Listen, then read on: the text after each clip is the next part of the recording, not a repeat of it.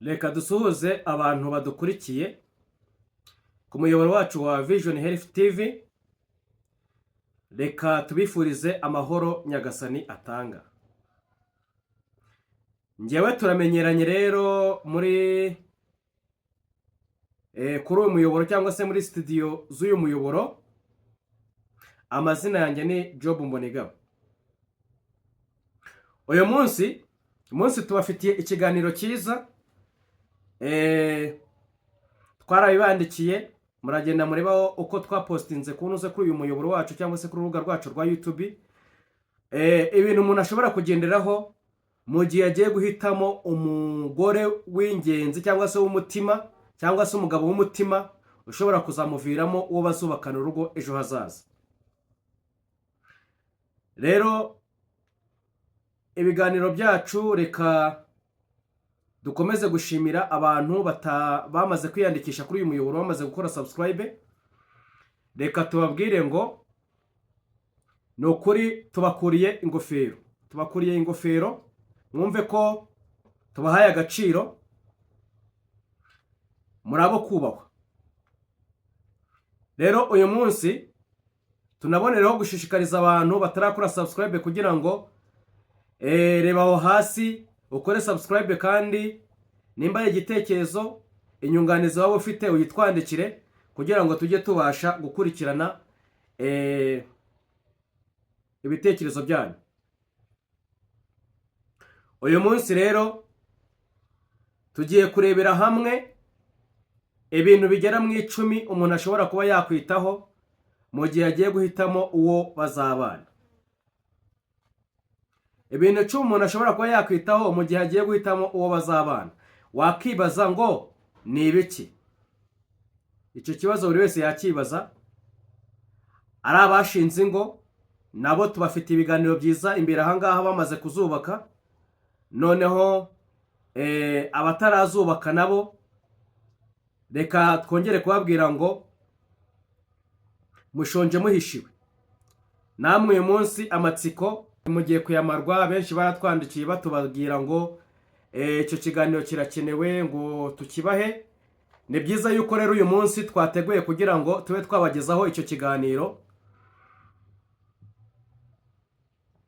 Rero ibintu bigera mu 10 twagiye tubikura mu bitabo bigiye bitandukanye byanditswe n'abahanga bajyanye,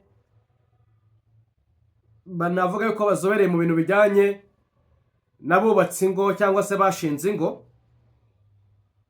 Ibintu 10 umuntu ashobora kugenderaho mu gihe agiye guhitamo uwo bazabana, umugabo mwiza cyangwa se umugore mwiza. Ibyo bintu 10 ni ibihe? Turahera ku kintu cya mbere, tuze kugenda tugere ku cya 10 umuntu ashobora kuba yagenderaho. Ikintu cya mbere ushobora kuba wagendaho wowe udukurikiye, ushobora kwibaza ngo ese ikintu ushobora kuba nagenderaho ni iki kugira ngo menye uwo nzabana nawe utazantesha umutwe cyangwa se uzatuma ntasenya ngo haze za divorce, akaba yavamo umugabo mwiza muzima wakubaka urugo, akabasha kuba yarerera u Rwanda rw'ejo cyangwa se isi y'ejo, akaba yareba nimba yabyaye umuhungu akabasha kurera agatanga uburere ku bana b'abahungu cyangwa se ku bagabo b'ejo hazaza. Nimba ari umukobwa akazavamo ababyeyi bazarera ejo bazaza. Ubwo ni ku ruhande rw'umubyeyi cyangwa se n'umusore cyangwa se umugabo. Icyo wowe mukobwa udukurikiye ugomba kuba wagenderaho, nawe wamaze kurushinga, ushobora kuba wararushinze ariko ibi bintu utari ubizi, uyu munsi nicyo gihe kugira ngo ubashe kubihishurirwa, urebe nimba koko waranabigendeyeho. Ariko abafite ibibazo bigiye bitandukanye bo turabihanganishe, turabahumurije. Ariko uyu munsi tugiye kubaganiriza iki kiganiro, ntekereza ko gishobora kuza kubera ikiganiro cyiza kuri bamwe na bamwe. Ingingo ya mbere, mugomba kuba hagati yanyu ubwanyu, mugomba kuba mugendera ku Mana mukanasenga. Bibiliya niyo igikunda kuvuga ngo urugo n'amatungo tubiragwa n'ababyeyi. Hari ibyo ababyeyi baturaga, bakwishyuye amashuri bigashoboka, bakagutangira minerval ukiga ukabona ikigo cyiza ugakora akazi keza, bashobora kukuzigamira, ni byiza, ariko bakakugeza ku iterambere ryo mu buzima busanzwe. Ariko icyitonderwa, mukobwa uduteze amatwi, nawe musore uduteze amatwi, reka tukubwire ngo ikintu cyitonderwa nuko ntago umugabo uzakubera umugabo w'isezerano. Ni ukuvuga ngo bitangwa n'Uwiteka. Impamvu ni iyihe? Nubwo tuzabigarukaho mu biganiro biri imbere.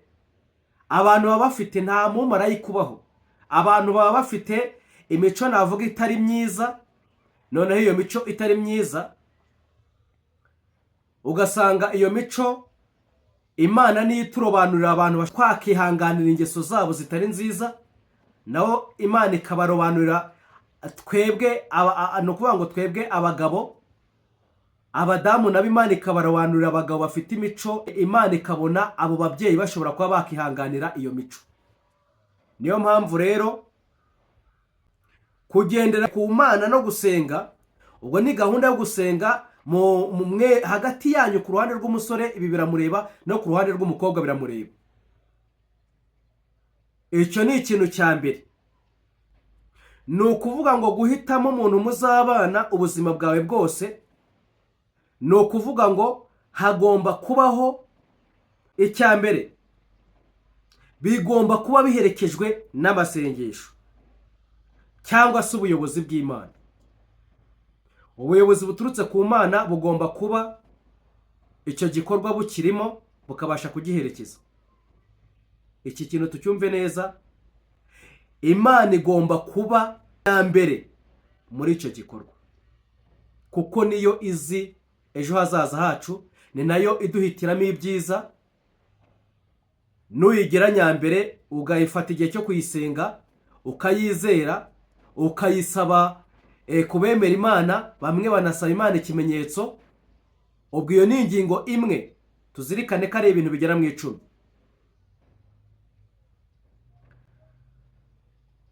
Kugendera ku Mana no gusenga, cyo ni icya mbere. Icya kabiri, kwizera ku kwemera.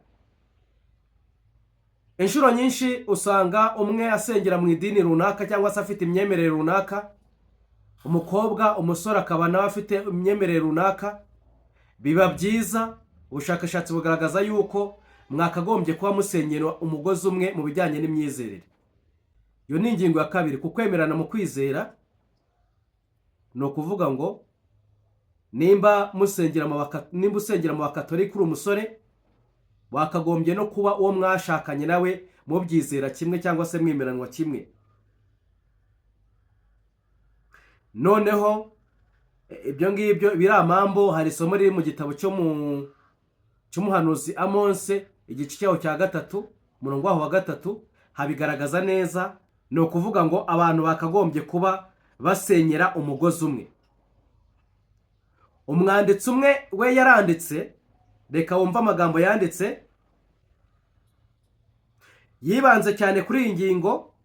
Aravuga ngo abashakana bagomba kuba bahuje ukwemera. Aba bana cyangwa se abagiye kubana bagomba kuba bahuje iyo ngingo ya mbere, imyemerere mu kwizera.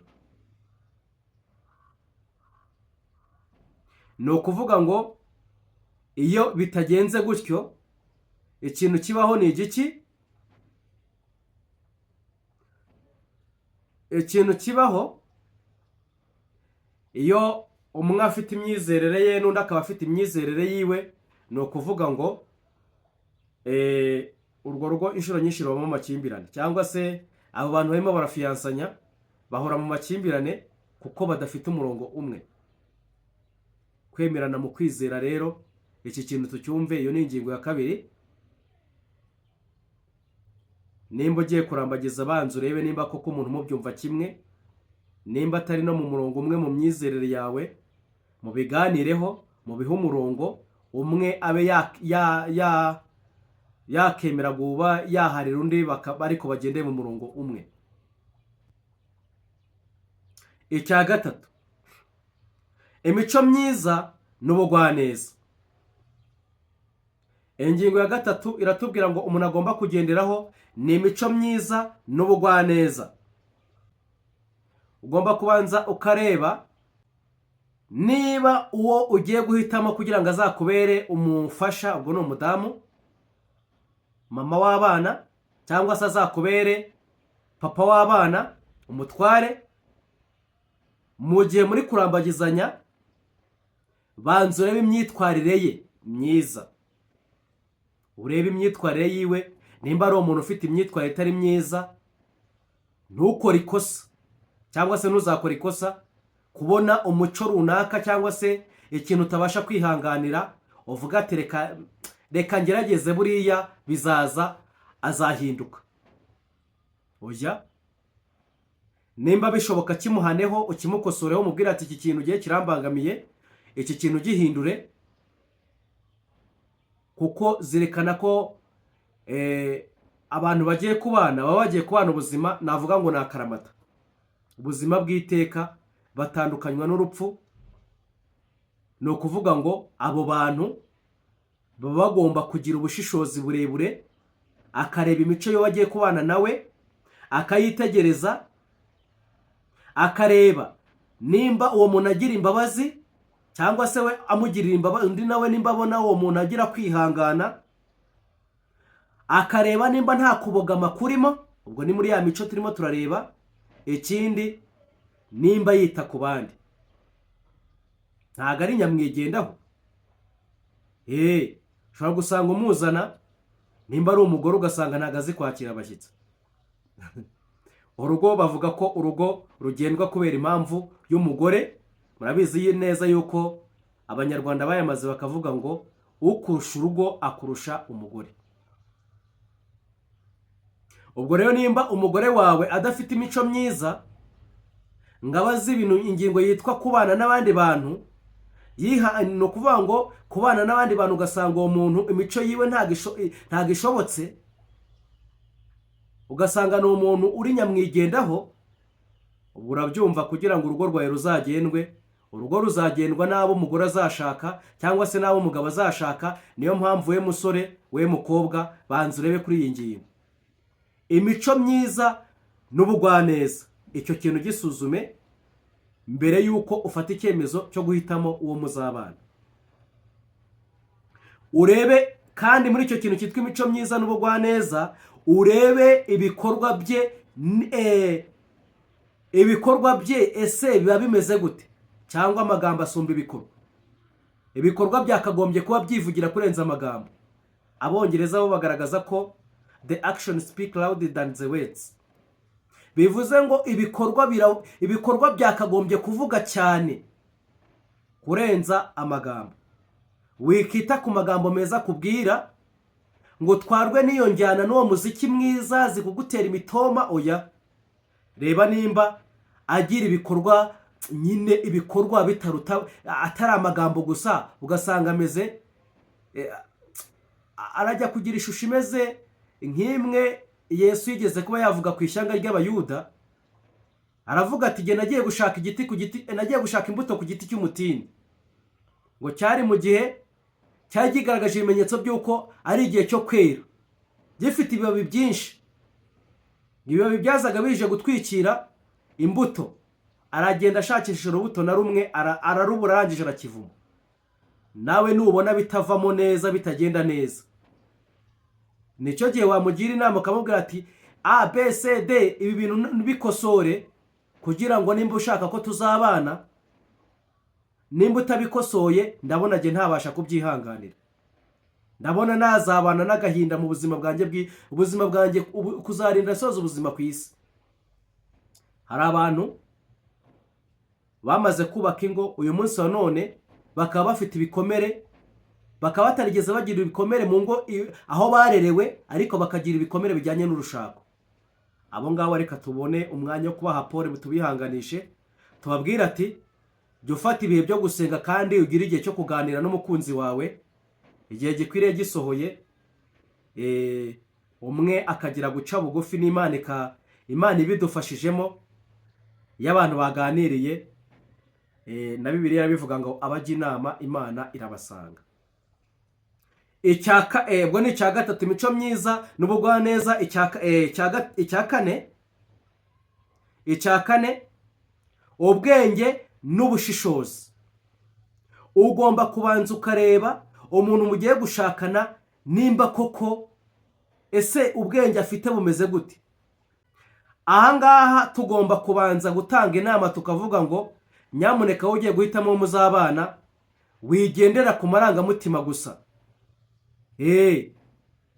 Ngo wigendera ku marangamutima, banza urebe n'uwo muntu ugiye gushaka nimba ko kubona ari umunyabwenge. Urebe nimba ko uwo muntu nimba ari umufasha cyangwa se ari umugore yavamo umutima w'urugo, yazakurira abana agatanga uburere bukwiriye. Urebe nimba atari biri hanze. Sinzi nimba abantu barimo barumva neza iby'aya magambo, ariko ibi ni ibintu dukwiriye kwitaho, ukabyitaho kandi mbere y'uko ufata icyemezo. Wabona mugenzi wawe hari amakosa runaka, navuze ngo ntago impande zombi bose ari abamarayika. Ni ukuvuga ngo umwe abasabwa kuganiriza undi akamubwira ati ibi ngibi ABCD bikosore. Ahangaha rero ubwenge n'ubushishozi, ugomba kwiga ubuzima bwe, ukiga imico yiwe, ukamenya agakunda iki yanga iki. Ese ukamenya ukareba nimba koko, ukareba nyine ukiga ubwenge n'ubushishozi, ukareba kure mani magambo ukabindeba kure. Umva, ukagira ubushishozi n'ubwenge, ukareba buri kimwe cyose ukakigenzura ukakijambura. Undi warangiza ukemerera umukunzi wawe nimba mugomba kuzubakana urugo, ubundi igisigaye Imana ikazabaha umugisha mu rugo rwanyu. Icya gatanu, kuba afite intego mu buzima, kuba afite intego nziza mu buzima bwe. Ukareba iyo murimo muraganira, muri mu gufiyansanya, ese uwo murimo murafiyansanya ubundi intego ye ni iyihe? Intego ye imeze gute? Banza ubigenzure neza, ubirebe mbere yo gufata icyemezo. Ese wumva koko yazaba umusingi w'isoko y'iterambere mu rugo rwanyu? Ese ntakundiraha? Banza urebe intego ye. Nimba mutemberanye, urebe nimba atazagiriraho ugasanga nimba n'umutungo wanyu azawaya mu kanya nk'ako guhumbya. Urebe nimba adasesagura. Iki ni cyo gihe cyo kugira ngo ubirebeho. Hari utujeste twinshi ushobora kuba wakora, ukaba wamugenzura ukareba. Mushobora no gusohokana ahantu, ukamubwira ati tugende ngiye gusohokane, ndashaka kugira ngo ati sheri wanjye ndagukunda mukunzi, ndashaka, ariko wowe ukamusohokana uvuga ngo ngiye kumuneka, ngiye kubanza ndebe uyu muntu nagagiriraha. Akantu kose ugasanga nimba ari ikintu atanateguye, ukabona ibintu byose akamera nka yasuri isambira byinshi ariko igasoza bike. Ugasanga amafaranga yose mugiye ahantu muratembereye, amafaranga yose akavuga ngo ntago nshaka ko ari amafaranga dusubizayo, ahubwo agashaka ati reba abantu uguza amafaranga. nimba ari umudamu ukabirebaho neza, nimba ari umukobwa cyangwa nako nimba ari umukobwa, nimba ari umusore, ibyo byose ukabirebaho, ukareba nimba umusore hatagira ubunebwe akora, ukabona nimba koko arimo arashaka kugira ngo aharanire kwitwa umugabo, kuzagira izina ryitwa umugabo atari kuvuga ngo arimo ararambagiza. Ibi ngibi nutabyitaho, ni ukuvuga ngo ni inama n'impuguro, ni ibintu 10 dukwiriye kwitaho mbere y'uko duhitamo abo tuzabana nabo. Byagiye bivanwa mu bitabo bitandukanye by'abanyamateka, bagiye bakora ubushakashatsi n'ubucukumbuzi bugiye butandukanye ku bintu bijyanye n'abantu bitegura kurushinga n'abamaze kubaka ingo. Igituma urugo ruzaramba, ibintu ugomba kubyitaho, ibyo bizagufasha mu gihe uzaba wamaze kurushinga. Iyi ngingo ndumva nayo twayimukaho. Ingingo ya 6, kwirinda gutwarwa n'ubwiza bwo hanze gusa. Ugomba kubanza ibishashagirana byose, iki ngiki ukimenye. Ntabwo ibintu byose bishashagirana ari zahabu. Ugomba kubanza ukareba, ni ukuvuga ngo ubundi kera, mu muco wa kera, wasangaga iyo umuntu yajyaga kurambagiza ntabwo yagendaga. Ubu muri iyi minsi hari ibintu byinshi byagiye bihinduka mu bijyanye n'imirambagirize. Izo mpinduka zikaba ari nazo zirimo ziratera ibibazo cyane mu bamaze kuzishinga ingo. Za divorce zikaba zigwiriye. Ubwo iyo urebye ubushakashatsi usanga divorce ari nyinshi. Ubwo kandi ubwo nabo baratandukanye mu buryo bwemewe n'amategeko. Bamwe bavuga ngo zirara zicya bwacya zigatuza. Abandi ugasanga umwe arara areba iriya, undi arara areba iriya. Undi ugasanga afite uburiri bwe n'undi afite uburiri bwe. Ni ukuvuga ngo ibyo ni ibibazo bigiye bitandukanye biboneka mu ngo zo muri iki gihe no mu gihe cyatambutse, ariko insiriri yazo cyangwa se inkomoko y'ibyo bibazo bikaba byaraturutse mbere, gatanga ka mbere mu kurambagizanya kwabo. Kuko buri umwe wese yagiye atwarwa n'injyana y'urukundo, bavuga ko urukundo ari impumyi. Iyi ngingo ya 6 rero ntabwo twakagombye kugendera cyane ku n'ubwiza bwo hanze, ibigaragara. Afite ikimero cyiza, afite isura nziza, afite amataye meza, afite imyino ukareba bya oya, ntago ari byo byakagombye kugutwara. Ubwo tugeze ku ngingo ya 6. Ubwo ingingo zigiye zitandukanye wakagombye kureberaho, ukava kuri imwe, ya 2, ya 3, ya 4. Umva, navuga ngo ubundi ndimo navuga ngo mu muco wa kera iyo umuntu yajyaga kurambagizaga yarabanzaga kareba akarambagiza imico y'ababyeyi. Nimba uri umusore ukabanza ariko muri iyi minsi biragoye, ukabanza ukamenya ngo uyu mukobwa ugiye kumbera mama w'abana banjye. Ubundi ukabanza ukarambagiza imico y'umubyeyi, mu yandi magambo mama we. Ukamenya ngo mama w'uyu mubyeyi nako mama w'uyu mukobwa afashe gute umugabo we. Ni ukuvanga imico myinshi abana bagira bayikomora ku babyeyi babo.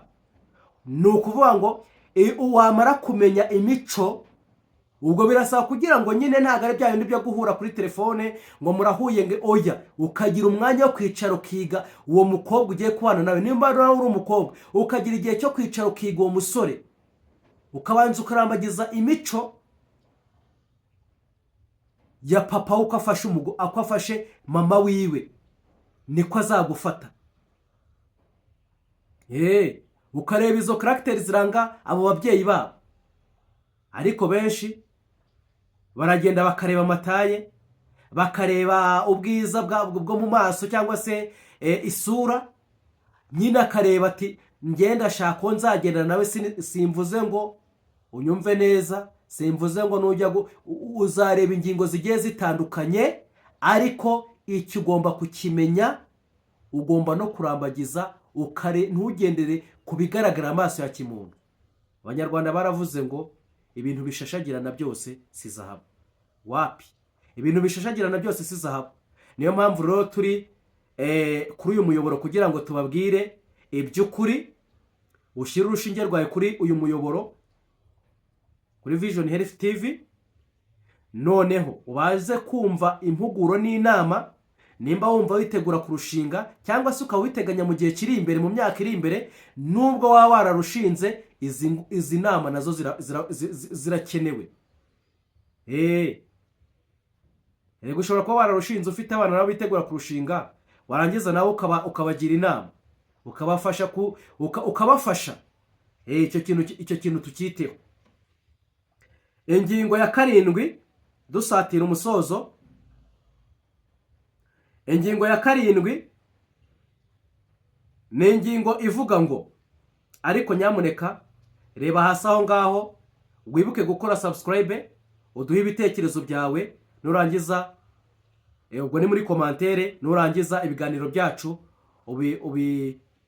ubisangize bagenzi bawe. Nimba wumva ikiganiro cyagufashije, ucyohereze mugenzi wawe wumva nawe cyamubera ingirakamaro. Urakoze kandi turagushimiye. ingingo ya karindwi, gutekereza ku buzima bwo mu rugo.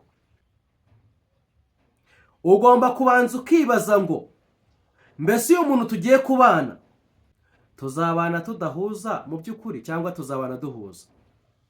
Urimo uratekereje ejo hazaza, ubwo noneho wavuye mu kurambagiza mugeze mu rugo.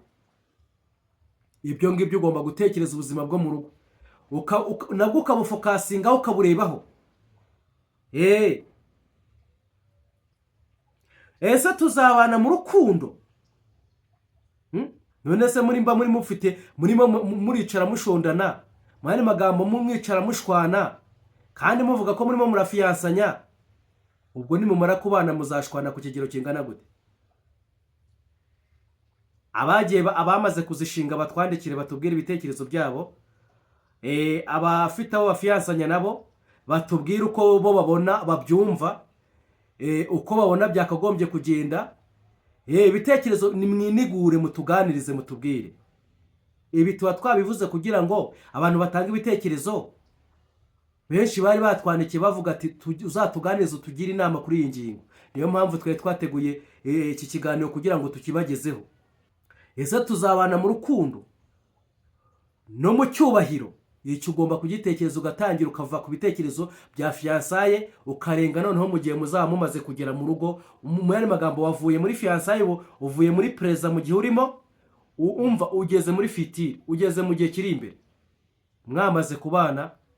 Niyo mpamvu gutekereza ku buzima bwo mu rugo, ibyo nabyo ni ingenzi. Ntutekereze iby'ako kanya gusa, ugatekereza no mu gihe kiri imbere. Icya munani, kubanza kumenya uwo muntu bihagije. Ubundi ubushakashatsi bugaragaza ko byibuze imyaka 3, yaba mike ikaba 2, mukabanza mukiga, ukamenya imico yiwe, akunda iki, yanga iki. Ese niba icyo akunda nzabumva, nyine ugatangira kwiga imico yiwe, nawe ugatangira ibyo yanga ukabyanga, ibyo akunda nawe ukabikunda. Ubwo biyo birareba uruhande rw'umusore n'uruhande rw'umukobwa. Ariko si ikibazo, ibyo bizashoboka gute mu gihe uyu munsi wa none ubu urukundo ruriho, umwe avuga ati ndagukunda, undi akavuga ngo ikimenyetso kiza kunyereka ngo nuko nkunda, ngo nuko tuza kuryamana. Ibi bintu ni ukuvuga ngo ntabwo urukundo rushingiye kuri ibyo ngibyo, ntabwo ruba ari urukundo nyakuri. Twe turimo turigisha urukundo nyakuri. Urukundo rushingiye ku busambanyi, abahanga bagaragaza ko iki nacyo reka tugitangeho umucyo. Bagaragaza yuko iyo abantu bakundana batarabana mu buryo bwujuje amategeko cyangwa se mu buryo bw'amasezerano yuzuye, iyo baryamanye ubwo biba byiswe yuko basambanye. Hagati y'abasambana mu bigaragara biba ari abantu babiri, ariko barimo umuntu wa gatatu uhagarariye Satani cyangwa se umudayimoni. Uwo muntu wa gatatu rero nukuba nakose iyo mbaraga y'ibitagaragara ya gatatu ya Sekibi iragenda ikajya mu mibiri y'abo bantu, yarangiza ikabambura ubushobozi bwo kwitegeka. Ibyo ngibyo byumve we musore nawe mukobwa, bagabo namwe mu byumve. Igihe uzaca inyuma umugore wawe cyangwa se mudamu ugaca inyuma umugabo wawe, uzaba wiyambuye ubushobozi bwo kuba wategeka umubiri wawe, uzaba ukinguriye inzira z'ubushukanyi za Satani, za Sekibi, uzaba wujuje depo y'abadayimoni atabarika mu mubiri wawe, kandi ijyanye n'ubusambanyi n'ubuhehesi. Ingingo yo kwifata, uzagerageza kukuganiriza agasa nk'ukuryoshya, uzashiduka wasambanye. Kubera iki? Wamaze kwinjiza imbaraga, umwuka utari mwiza, imbaraga y'umwuka mubi muri wowe. Ubwo rero turatanga inama tuvuga ngo nyamuneka, nimba urimo urahitamo uwo muzabana, ugomba kubanza ukamenya uwo muzabana mu buryo buhagije, ukagira igihe cyo kumwiga. Ukamwiga nawe akakwiga. Igihe cy'urukundo no kuvuga ngo habamo igihe runaka, nari ntanze urugero, ariko ntibivuze yuko n'abantu bashobora gukundana umwaka umwe ngo bashinga urugo rubure kuramba. ni igihe cyose abantu bagize ibyo bagenzura. Navuze ngo twe gutwarwa n'akazi, ngo we musore ugende uhugire mu kazi ugasiga umwanya wo kuba uhamagara sheri wawe, nawe mukobwa ukagenda ugashaka kuvuga ngo nkoreshe mariage nziza, ukagenda ukajya mu kazi, ubuzima bwawe ukaburundurira mu kazi, ntugire igihe cyo kugira umwanya wo kwiga mugenzi wawe, mumarane igihe runaka.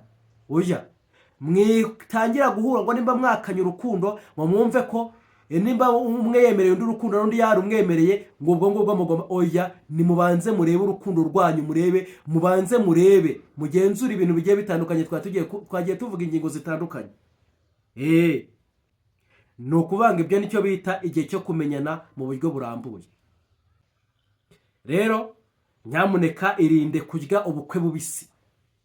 Iki kintu cyumve, mugire igihe cyo kumenyana, ariko atari igihe cyo kumenyana mu bibi, ngo usange mugiye kuvuga ngo mugiye mwebwe muzakora mariage y'urwiyerurutso n'ubundi mwari musanzwe mubana. Oya, inshuro nyinshi iyo abantu baryamanye batarashakana, ubushakashatsi bugaragaza ko bene abo bantu barimo gufiyansanya inshuro nyinshi biza kurangira bashwanye. Ubwo n'ubushakashatsi bwagiye hanze, ntabwo ari twe twabishyize hanze. Rero nyamuneka nimugire igihe cyo kumenyana mu buryo bwimbitse. Ntabwo ari ugutwarwa n'ibyiyumviro by'ako kanya by'amarangamutima, ahubwo nimwigane, mumenyane kandi mu rukundo. Atari ukuvuga ngo mugiye kwirirwa musambana. Ubu muri iyi minsi umuco urimo uragenda ucika. Umuntu aravuga ngo bari mu gukundana, agahita agenda ngo nsanga muri ghetto. Umva nawe umuco wo muri iyi minsi ya none, no mu gihe cy'iminsi y'imperuka koko, ugasanga ngo barabanye, hashize igihe runaka baratandukanye. Iki kintu tugitekereze kandi tucyumve. Icya 9 kiravuga ngo kwifata no kwirinda ubusambanyi mbere yo gushaka.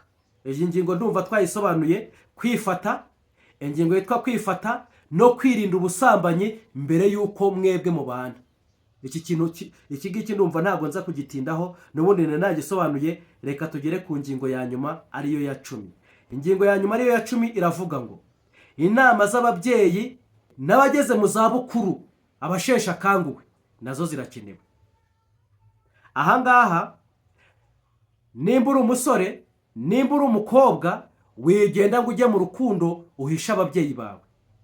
Oya, ganiriza ababyeyi bawe, ubabwira ati ngewe hari umusore runaka, nibinashoboka kubabwira ati reka nze ngewe mubazane, cyangwa unababwira uwo musore uwo ari we cyangwa se uwo mukobwa uwo ari we.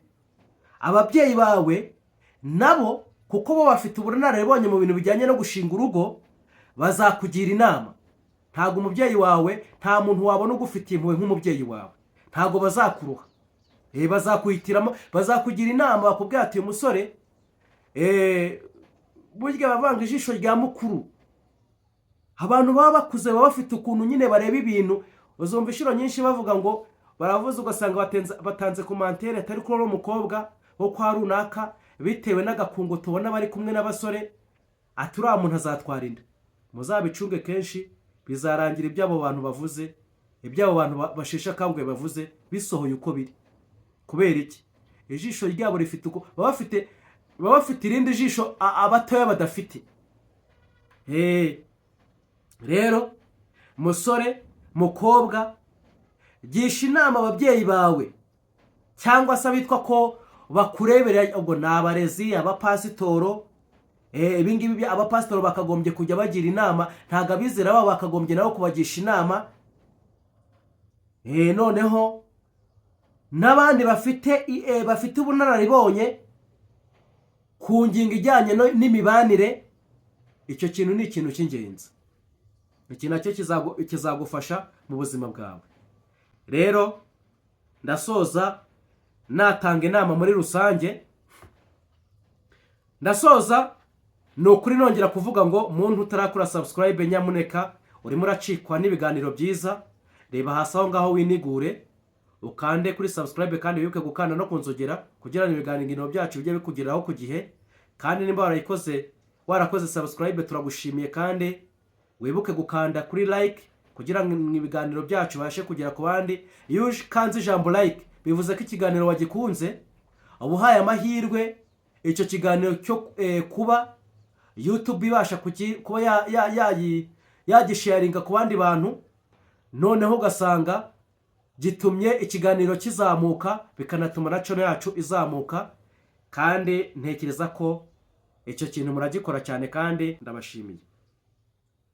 Rero mu gusoza, ndasoza mvuga ngo wowe wamaze gushinga urugo, nawe witegura kurushinga, menya ngo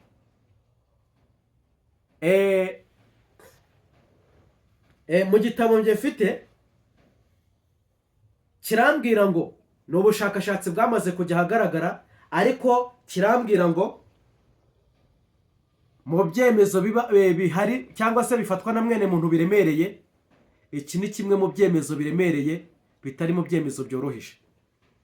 Biri mu nzozi zawe zo gushinga urugo cyangwa se witegura kurushinga mu gihe kiri imbere, umva yuko ni kimwe mu byemezo biremereye. Rero ntabwo ari ikintu cyo guhubukira. Zirikana ko umuntu muzabana ubuzima bwanyu bwose, atari bya bintu byo kuvuga ngo rwigero rwongere urunsubiza. Oya, nimba ushaka kubaka urugo koko, atari kuvuga ngo ngiye n'indwigere nduvemo, udashaka gusenya, izi nama wakagombye kuzitaho. Nuzitaho muzatwandikira mutubwire mu biganiro, mutubwire muri commentaires mu gihe kiri imbere, mutubwire ati za nama zangiriye umumaro, cyangwa se murabitubwira uko mwebwe mubibona. N'abamaze kubaka ingo baratubwira ati nimba ibyo turimo turababwira nimba koko nimba ari ukuri. Noneho kandi ko iki cyemezo gikomeye gutya kigomba kwitonderwa. Niyo mpamvu twababwiye ingingo zigera mu 10 zishobora kuba zagufasha mu buzima bwawe. Kigomba kwitonderwa, kikajyana n'amasengesho. Icyo ni kimwe. Kandi reka ahangaha ku ngingo ijyanye n'amasengesho nkivugeho. Ni ikosa rikomeye ku bantu bavuga ko bemera Imana gusengera uwo muzabana waramaze kujya mu rukundo. Inshuro nyinshi uzaba urimo urasenga ariko usengera mu marangamutima. Ikijuru rikora ni iki rero? Ni ukuvuga ngo Imana ikurekera uwo mudendezo wawe, ikurekera ayo mahitamo yawe, kuko Imana yaremanye umuntu amahitamo. Ariko iyo ubanje gusenga mbere yuko ujya mu rukundo, ni urugero ufite abantu bagera muri 3, urimo uravuga ati yenda abantu 3 n'abakobwa 3 cyangwa n'abasore 3, ndashaka kugira ngo mfate igihe cyo gusenga ntaragira n'umwe nemerera urukundo, ndebe Uwiteka uwo ampitiramo. Ariko nujya gusenga hari uwo amaze kujya mu rukundo nawe, n'ibisubizo uzazubona mu masengesho bizaza biba bibogamiye mu marangamutima yawe. Iki rero tugomba kucyumva. Ikindi, hagomba kubaho ubushishozi. Ngo turimo turatanga ni nk'umusozo cyangwa se conclusion. Hagomba kubaho ubushishozi, ntabwo ari ibintu byo guhubukirwa, ukareba kure, n'imyitwarire iboneye. Ntabwo ari igihe cyo kuba mu gakungu ngo ugende uwatwawe n'urukundo, urarirwanwa n'umukunzi wawe, imirimo irahagaze, murirwa mu ni bya bindi bishobora kubabyarira ibyaha. Ubwo rero nyamuneka, ndumva izo zari inama n'impuguro. Ikiganiro cyacu nakagaruka, tuzakomeza kubagezaho ibindi biganiro bijyanye n'abamaze gushinga ingo, n'imyubakire muri iyi minsi, n'uburere mu ngo, haba ari imyitwarire y'abagabo n'abagore, abana n'ababyeyi. Ni ukuvuga ngo ku mpande zose uburezi bugiye butandukanye. Noneho tuzagenda tubaganiriza mu biganiro biri imbere. Turimo turabategurira ibiganiro byinshi bigiye bitandukanye tugiye kujya tubagezaho, kugira ngo tubashe gutanga inama ku miryango yo muri iki gihe cya none, kuko turabona ko hari ibintu byinshi niba bagenda byangirika. Ni byiza yuko rero duhana tugatesha tugahugura. Rero ikiganiro twareberaga hamwe ibintu bigera mu 10 umuntu ashobora kuba yagenderaho cyangwa agomba kwitaho mu gihe agiye guhitamo uwo bazubakana urugo, nimba ari uzamubera umufasha cyangwa uzamutwara umutware, kandi mvuge ngo w'umutima. Ibi bintu 10 nuramutse ubigendeyeho, bizakugirira umusaruro kandi kuri wowe ntabwo uzicuza. Rero navuga ngo ibiganiro byacu nakagaruka.